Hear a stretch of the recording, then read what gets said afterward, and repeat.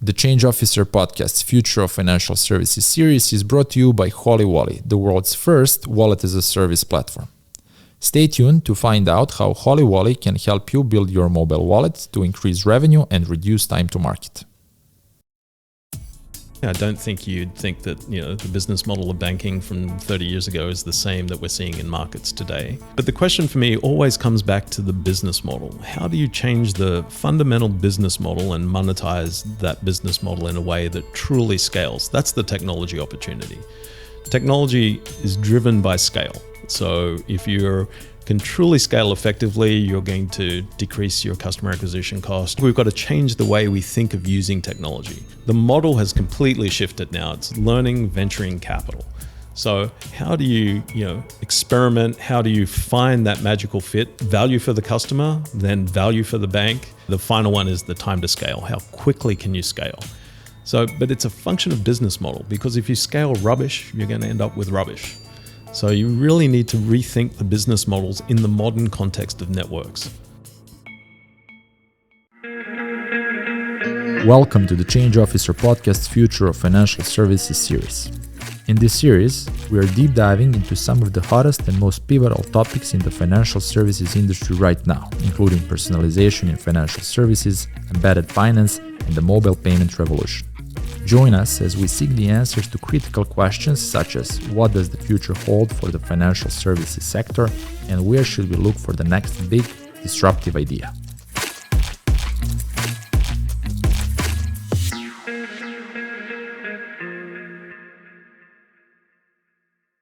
And welcome back to another episode of the Change Officer Podcast, special series, Future of Financial Services. Today, I have a pleasure of hosting Steve Monaghan.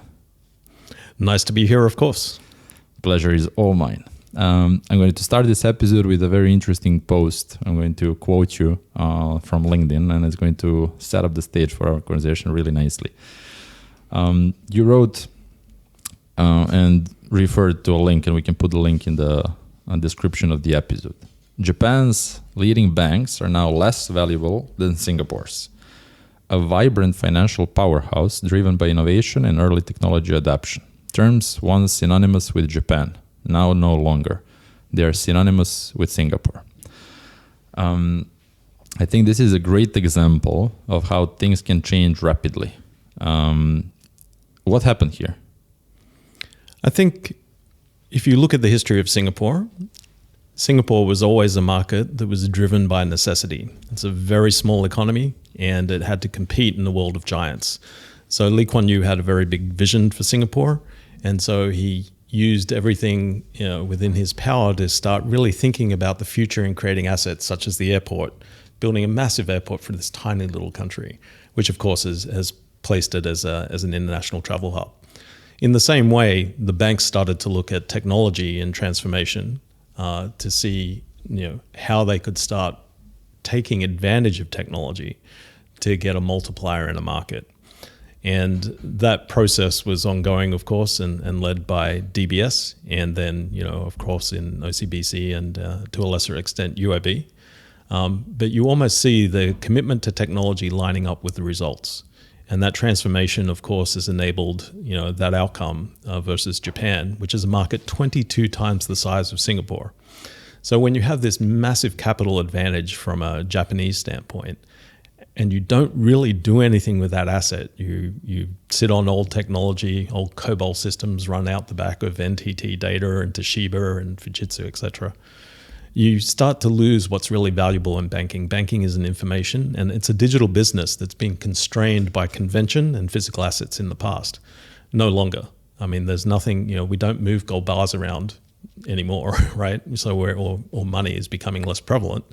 So digital is absolutely the fundamental of financial services. So we're starting to look at how you make money more efficient. And I think that that's something that Singapore has done very well, and Japan has not really progressed at all in the last 15 years. One of the reasons this caught my eye, this post, was it reminds me of a lot of stories that are, covered or that they've been covered over the previous 5-10 years, even since technology has been taking over the world almost, and there's been a lot of talk about you're either going to go digital or you're going to die, and all of these scary scenarios where massive businesses are losing their place, while a lot of people will take that as just a story. It can't happen that fast. You can't lose your market position that fast. Or the question for you is how real and how big that threat of technology today is for, let's say, incumbent banks or leading institutions and organizations. Technology, by definition, gives you a multiplier. I mean, look at it yourself. If you're using, as we were discussing a moment ago, ChatGPT to go and produce a 30-page, assignment written in the style of Steve Jobs, you can do that in seconds now, right? Versus someone that's going to do that in a manual process. So, if you're looking at the outcome and the objective, technology is an enhancer. It's not doing anything that you couldn't do. It's just doing it a lot faster. And in the world of banking, time is money and time is risk. So the longer that you have in responding from a time basis, less likely you're going to get adequate returns and the more exposed you're going to be to risk. And I think that more than anything explains the delta between what's happening in Singapore and what's happening in Japan. I know that in Japan, many of the deals that go down, people don't even bother including the Japanese banks because they can't respond fast enough. And if you're using their services, it's very obvious to see for someone that understands, technology underneath, that there are many processes that they're still doing manually, which everyone else is using technology to enable. So you're not getting the efficiency, nor the results, nor the returns. So if you have a look at the return on equity for the Japanese banks versus the Singaporean banks, it pales. As we're heading to the description or the answer of what the future of financial services really is, how fast do you think you need to be today in this transformation or transformative game? How much time do you have? Well, I think it's one of those old analogies that everything in finance operates off a compound interest formula. So unless you're improving along that line and making small gains every day, you're never going to get ahead. Because the rate of technology transformation, the half-life of technology is around 18 months. If you're using architecture and infrastructure that's 3-10 years old sort of thing, there's no way you can compete. You're becoming irrelevant. And because that compounds the problems that you're exposed to, security, cyber, all these sorts of things. So speed is absolutely necessary. And in technology, we should be able to look at things differently. So I'll give you an example. Yeah. From a finance, everyone knows agile, right? And the agile process, and there are certain things that it works very well for, of course.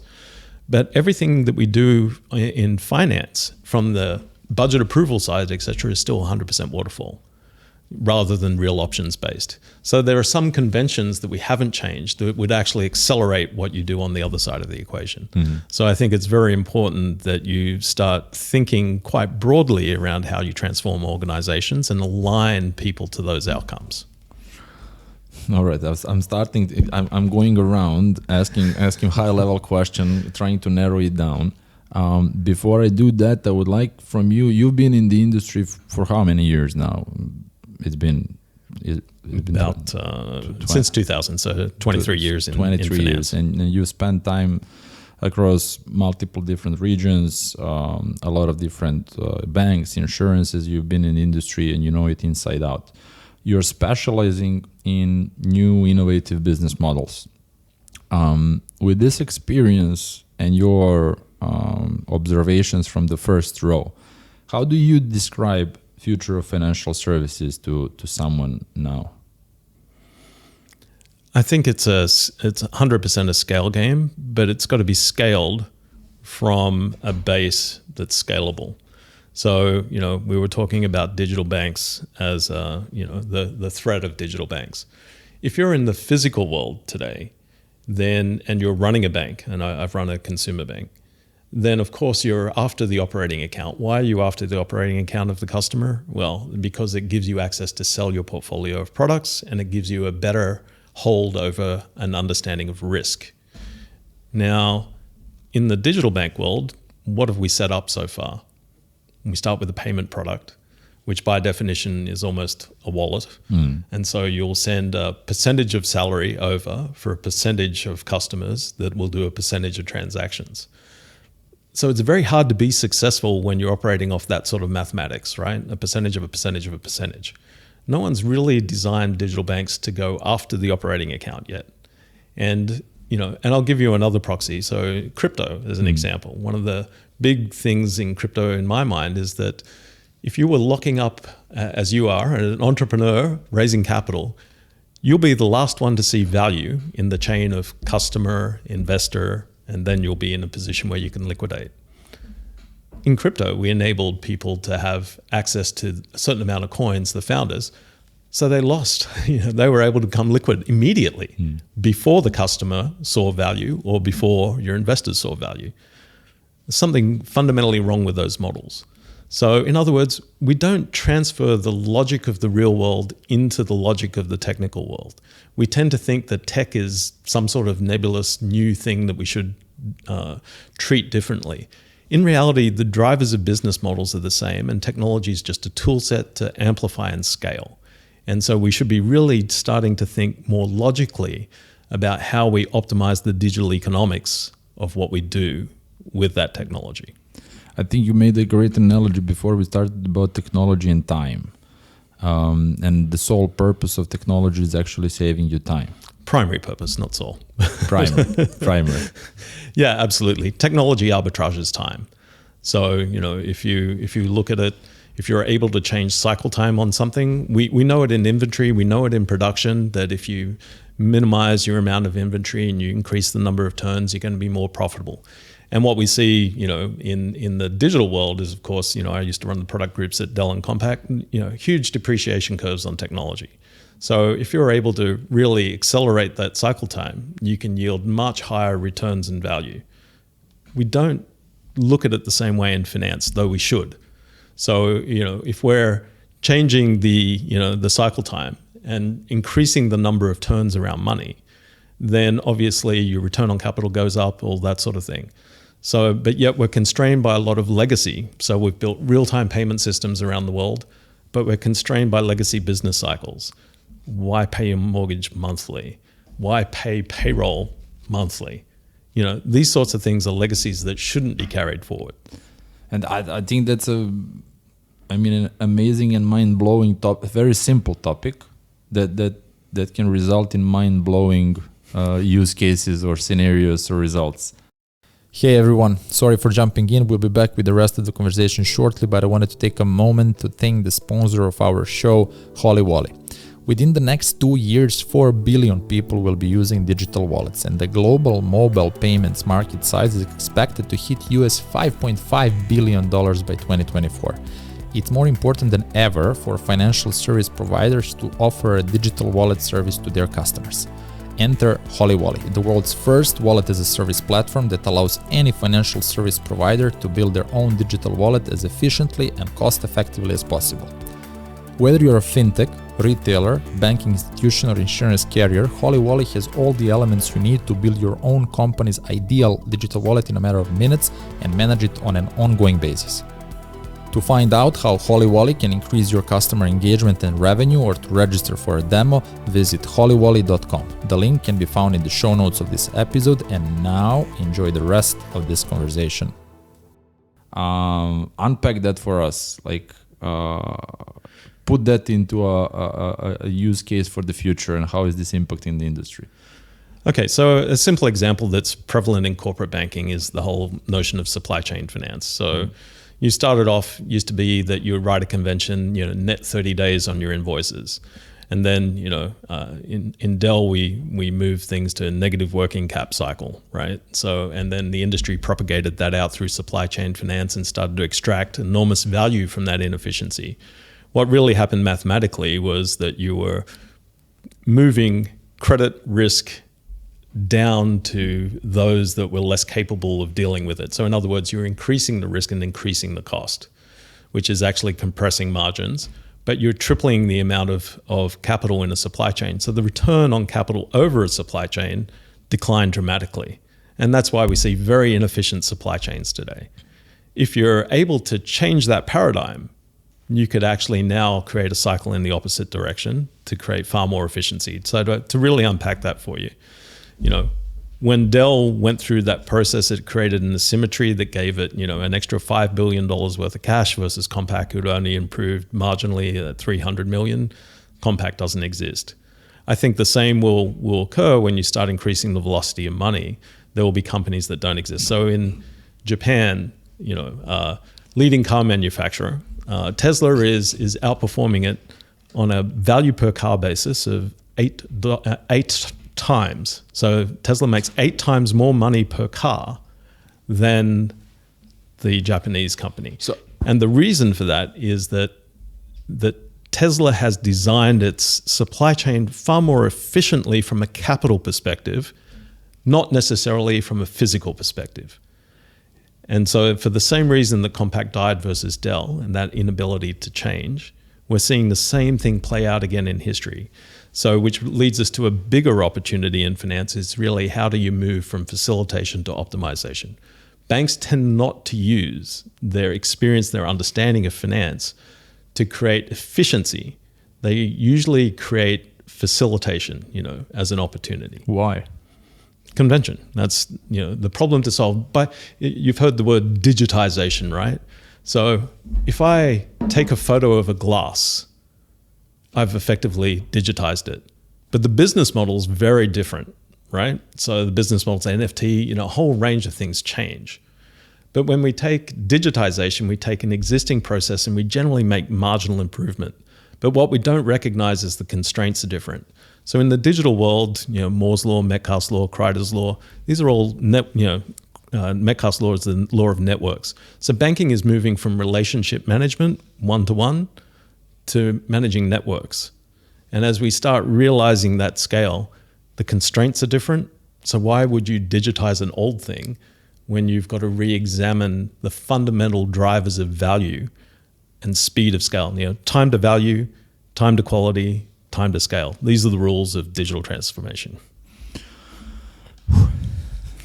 My processor is struggling. I'm going to try to keep up and get more value out of this conversation because there is so much that we're tapping into now. On one side, and trying to maybe simplify it a little bit and talk about some practical things that need to happen. What do you think is the gameplay? On one side, if you take this market, for example, Middle East, where we are at now, but you had experience in Japan and Singapore, etc. And this is an amazing example of Singapore and Japan, as well as Tesla and leading car manufacturer. What can happen? On one side, you have traditional incumbent banks, massive, huge customer base. And then you have small digital banks that are getting into a market. I had an experience with one of the leading ones in UAE yesterday, opened the account under 24 hours, got it operational. Mind-blowing. Shouldn't be, but mind-blowing, because up until yesterday, I was under the impression that I need 3 months, which was a traditional onboarding timeline for an average business bank account in UAE. So on one side, you have these digital banks coming in. On the other side, you have incumbent banks. What is the gameplay? Is it completely reinventing themselves, starting from scratch, a separate entity or a separate digital bank, or there is a way that they transform to keep up with this rapid pace of change? Well, I don't think it's necessarily a question of that you have to be completely digital or the incumbents are going to lose or to win, right? I think it comes down to, technology is a tool set that's available to both. It's a function of the business model, which is changing quite dramatically. I don't think you'd think that, the business model of banking from 30 years ago is the same that we're seeing in markets today. The facilitation layers and et cetera are all changing. But the question for me always comes back to the business model. How do you change the fundamental business model and monetize that business model in a way that truly scales? That's the technology opportunity. Technology is driven by scale. So if you can truly scale effectively, you're going to decrease your customer acquisition cost. You're going to get a lot of, if you've architected correctly, you're reusing components many, many times over. You're turning them, what used to be a facilitation, or a cost base, into something that you might be able to generate revenue from. I think we've got to change the way we think of using technology. It used to be that you would spend capital to acquire big amounts of technology, and then you would be tinkering with them to try and make them work for your business model. And then the learning was usually, well, that didn't work and we've wasted our money, so let's not do it again. The model has completely shifted now. It's learning, venturing capital. So how do you, experiment? How do you find that magical fit? Value for the customer, then value for the bank, and then you focus on quality. If you get it right the first time, your NPS doubles, which means your customer acquisition costs should start to plummet. And then, really the final one is the time to scale. How quickly can you scale? So, but it's a function of business model, because if you scale rubbish, you're going to end up with rubbish. So you really need to rethink the business models in the modern context of networks. So basically what you're saying is, instead of using technology to optimize your current business model, use technology to create new business models. Absolutely. What are the new business models that you see coming? Well, I'm starting to see, projects around optimizing velocity of money in economies as a multiplier of economies in aging populations, and at the micro level, that's really focused on how you actually increase EBIT for companies, etc. So you're really focused on the value equation for your customers and optimizing finance from their perspective to create value for you. Generally in banking, we go the other way. We work out what's valuable for us and we provide services around it, right? And it used to be a Fed chairman famously said, money is made in the dark. But in reality, transparency actually delivers a lot of power. So, I remember a time when I was in the tech companies where you wouldn't share your forecasts with your suppliers because that was proprietary information. But the moment they opened up that information and gave transparency into, demand, etc., you were able to dramatically lower cost and become far more efficient. And the same holds true in banking and finance. It doesn't have to be a black box. It just has to be highly scalable and highly valuable. So to rethink those business models and to look, instead of looking at relationship or one tier in a bank now, how do you look across entire supply chains in the corporate standpoint? How do you look across customer value chains and reuse technology in a smart way to give customers an advantage? How can I help customers, improve their finance, and not just through providing a nice little PFM that gives them visibility? It's how do you actively show people what's possible with money? And an example is most people are on 30-day mortgages, right? Bankers as well. They don't know that if they accelerated just a little, that they could knock years off their mortgages and save an enormous amount of money. So we're not really using technology to increase the value of our customers as effectively as is possible. And I think that when you have that formula and you scale that formula, you'll make a lot more money. And I'll give you an example from the tech industry. We used to actively lower pricing of products, which technically reduces your revenues. Except we knew, because we had very much had a growth mindset in tech, that you would make it up on scale. So, the reason we have low-cost computing is because a guy I used to work for had this enormous foresight that people, while you might have got to a $9.99 PC number before, you weren't delivering the value that was expected by the consumer at that price point. And that's what stopped people giving, or demanding those products. So when you solve that problem for them, you saw massive scale. And since then, of course, now you'll look back and go, who doesn't want a cheaper PC or phone? It's quite logical, right? Yeah. But we come up with all these reasons why not, instead of really trying to understand the value proposition from a customer perspective and then solving for that value backwards. What are the biggest obstacles in thinking like that? Convention. We assume that there are certain constraints that are out there, and that those constraints have been for as long as we remember them. So we don't think to challenge those constraints. So one of the most important things in innovation, I believe, is to actually look back in history and understand why those constraints exist. So if you look at the reason that people get paid on 30 days, right, in their monthly cycles, it's actually on lunar cycles from ancient Sumeria 5,500 years ago. We haven't questioned why those cycles still exist in a world that is driven by real-time technology. Or 8 hours work shifts, right? Yeah. Similarly. So those constraints in the technology world don't exist. So why would you encode them like they still have to exist? And that's the issue. We don't think of asking the right questions to start challenging that. So we know if we change the velocity of money, that by definition, I ask GPT, you'll get a very nice answer on what happens if you increase the velocity of money. And you'll also get a nice appraisal of the risk. But those risks, then you can What are the risks? The risk is that if consumers got access to money earlier, it's a spurious risk actually, but that they might spend their money before their rent is due. But that's only because their rent is currently on a 30-day cycle because it matches their pay. So the constraints change, and the constraints are different if you reimagine. So there's a path to change. It's not like you can do one without the other. So you've really got to think thoughtfully about how you change equations to create the environment to manage that transformation. Our signature question, and I think you sort of answered so far, but our signature question is, what's the change ahead that you see coming in the near future that will create massive new opportunities? In the near future? In the near future. Because looking at how do you... The series is called The Future of Financial Services. Right. What is future for you? As we were discussing, we can be a little bit too early with some things. Yeah. So timing is everything. But what you're seeing now is an enormous compute power, and that compute power is continuing to grow at Moore's law. But when you get to quantum computing, then all bets are off. So one of the things that I see in the longer term first would be around quantum computing and what changes there, because it doesn't work the same way we're used to in logic trees and I/O, binary outcomes.